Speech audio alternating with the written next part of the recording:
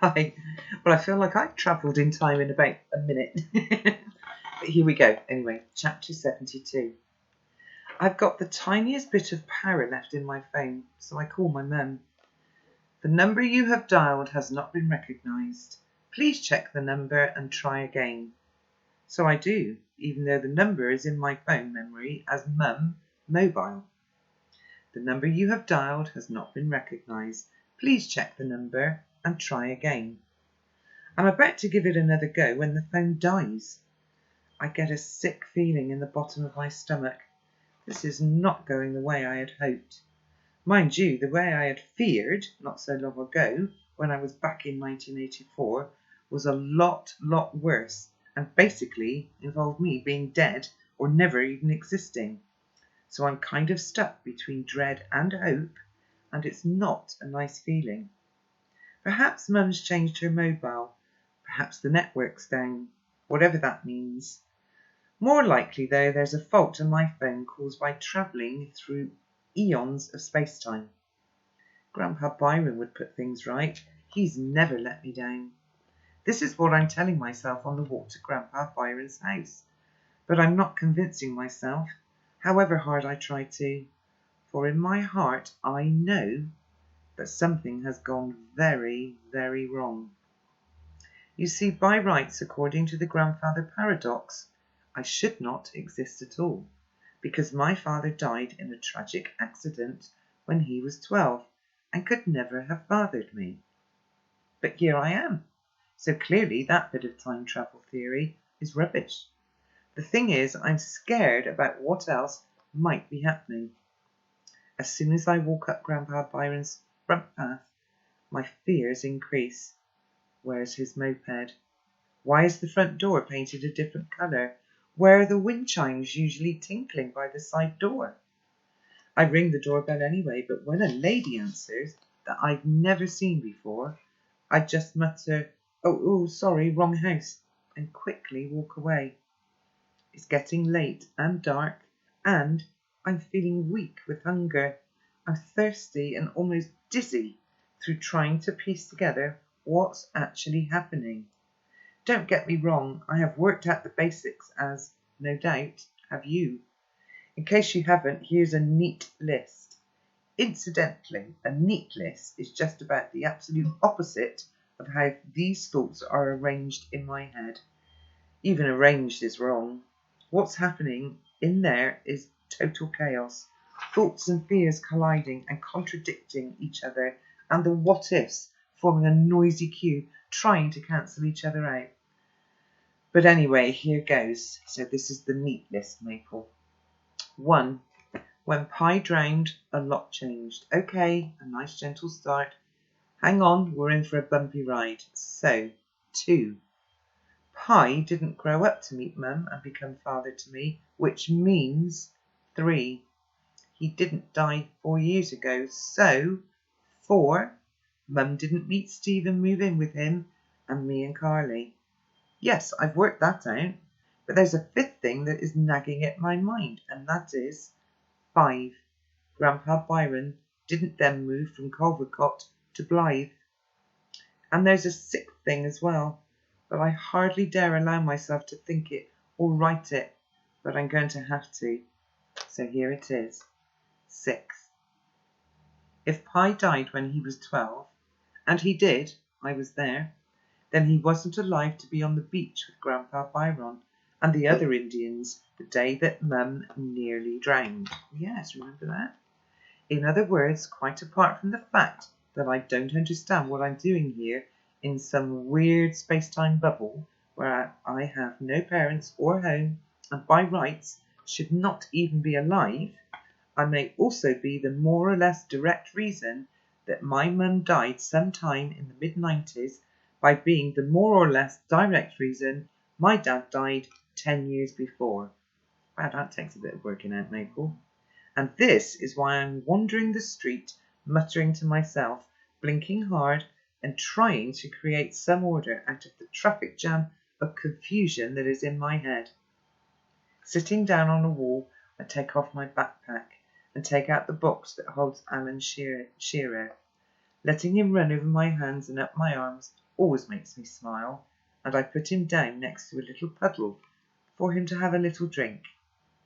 He then circles around a bit and licks his tiny hands. Well, I should say paws, really.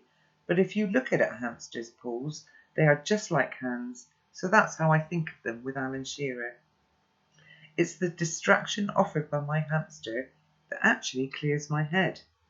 You know, when sometimes in a traffic jam there's a gap ahead, and once you're there, everything speeds up, and suddenly all the revving and honking of horns is behind you. Feels just like that.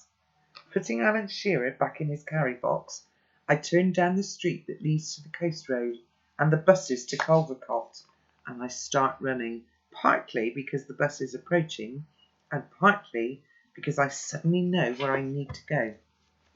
Chapter 73.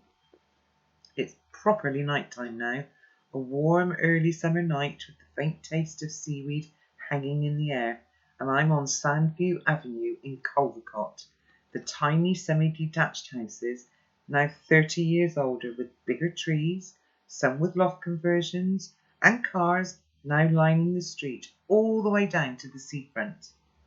The bamboo wind chimes are still there, but soundless in the still air. There's a moped parked on the road outside. I check it for damage to the fairing, where I scraped it escaping from the police.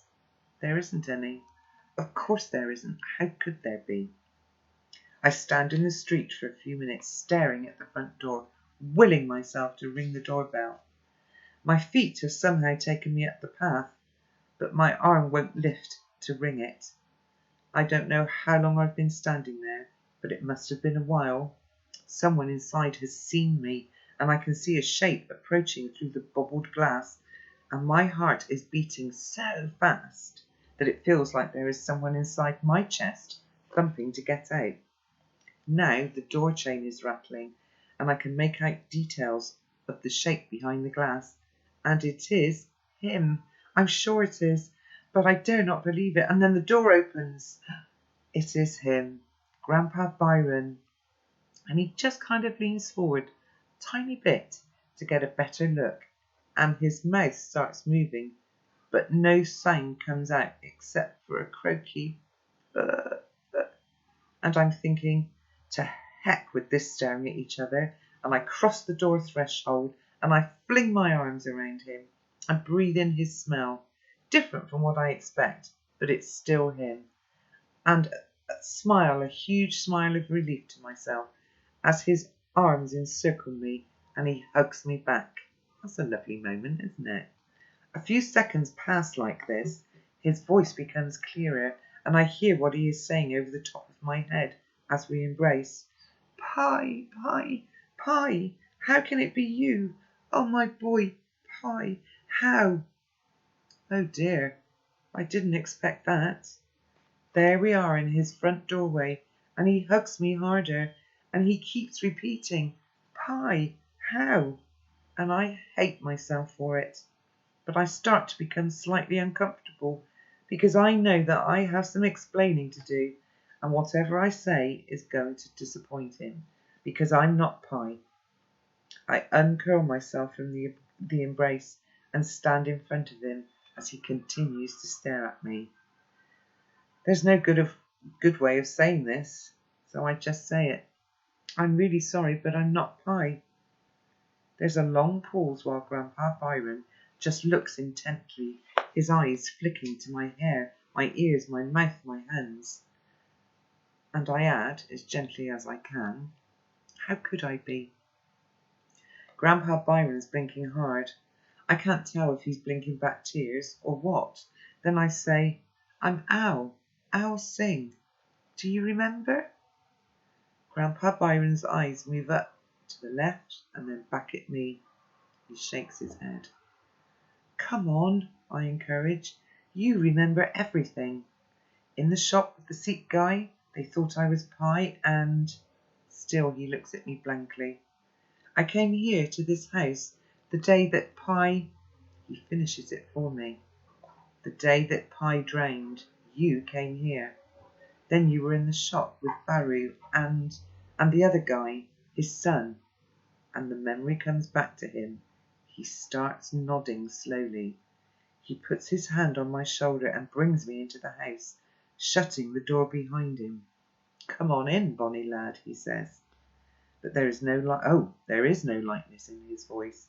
It is as if I have sucked all the energy out of him.